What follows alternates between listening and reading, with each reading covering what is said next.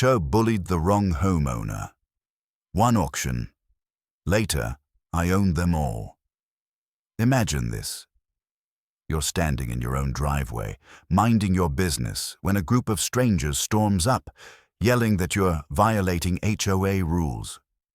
You laugh and tell them, "I'm not even in your HOA." Moments later, the president is on the phone with the cops, claiming you're trespassing on your own property. But what she doesn't know is that one quiet auction, one small document, and one signature are about to make you her new landlord.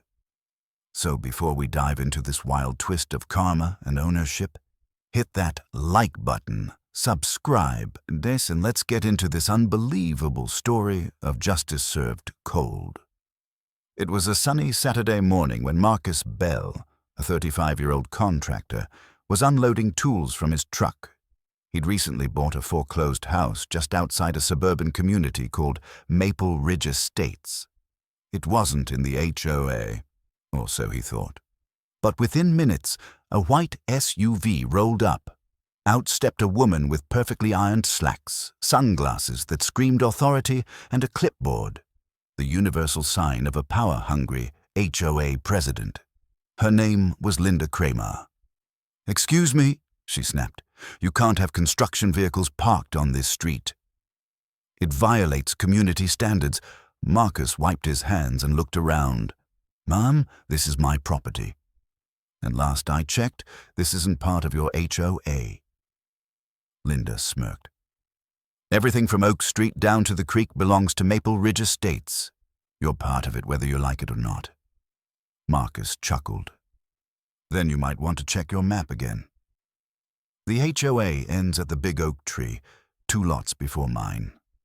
That's when she whipped out her phone. "I'm calling the police. You're trespassing on private HOA. Land within 15 minutes. 2 officers pulled up. One of them, Officer Jenkins, stepped out looking confused. You're saying this man is trespassing on his own property?" Linda pointed dramatically. "He doesn't belong here." "This land falls under HOA control." Marcus handed over a folder. "Sir, here's my deed. And here's the county zoning map. This is not HOA land." The officer nodded, clearly irritated by the nonsense. "Ma'am, unless you can prove otherwise, this man has every right to be here." Linda's face turned red. "We'll see about that. He'll regret this." Marcus watched her drive off, shaking his head. He had no idea that this was just the beginning, and that fate was about to give him the last laugh in ways she could never imagine. Over the next few weeks, Marcus's peaceful renovation turned into a daily battlefield. He'd find warning notices pinned to his mailbox. HOA violation, unapproved fence color. HOA violation, non-standard mailbox. Each letter was signed by President Linda Kramer. Marcus laughed them off at first, tossing them in a drawer. But then came the fines. $250, $500, even $1,000 for non-compliance. He finally called the county property office. "Can you confirm again that I'm not part of Maple Ridge Estates HOA?" The clerk on the other end chuckled. "Oh, you're definitely not. That neighborhood stops at lot 54. You're on 56. Marcus grinned. "Perfect. I'm about to have some fun." The next time Linda came storming over, waving another violation notice, Marcus recorded the conversation on his phone. "Ma'am," he said calmly, "I've told you before, this isn't your jurisdiction. Keep harassing me, and I'll take legal action." Linda scoffed. "Good luck. We have friends at the county office." That's when Marcus's patience ran out. He started digging into her records. What he found made his jaw drop. And his next move would shake the entire HOA to its core. While reviewing county property records online, Marcus discovered something shocking. The HOA itself, Maple Ridge Estates Homeowners Association, was behind on its taxes. Their clubhouse, their community pool, even the land under their private park, All were listed for public auction next month due to unpaid property tax debt. Marcus leaned back in his chair, grinning. Well, well, looks like someone forgot to pay their bills.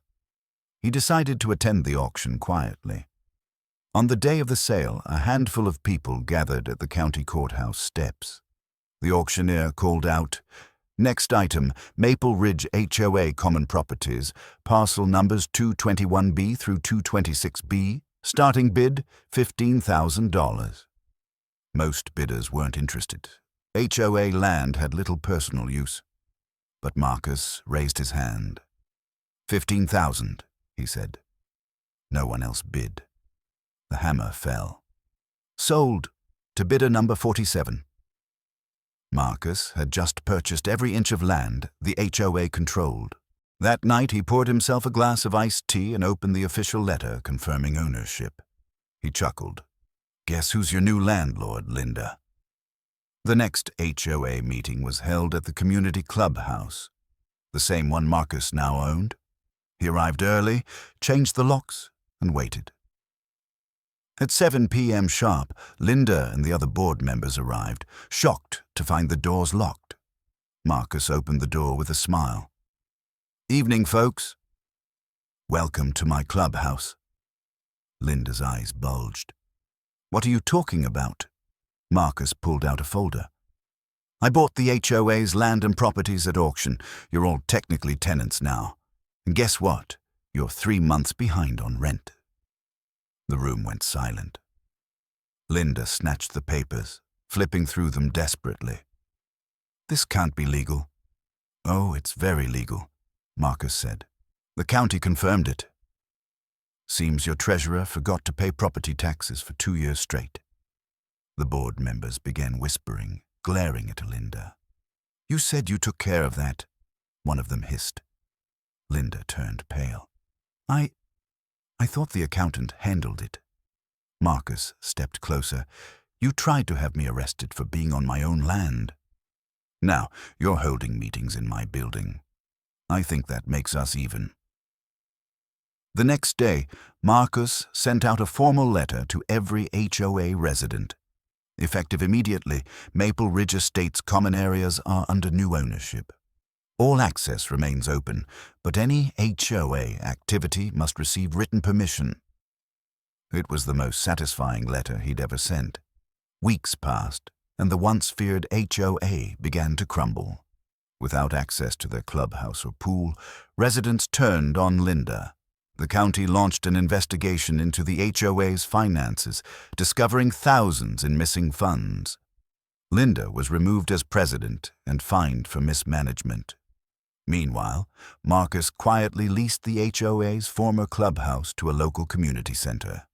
The rent from that alone covered his property taxes for the next decade. One afternoon, as Marcus was mowing his lawn, a familiar car stopped by. It was Linda. She looked tired, defeated, and much humbler than before. I came to apologize, she said quietly. I didn't know about the taxes. I was just trying to keep order. Marcus turned off the mower. Order's fine, Linda. Abuse of power isn't. She nodded.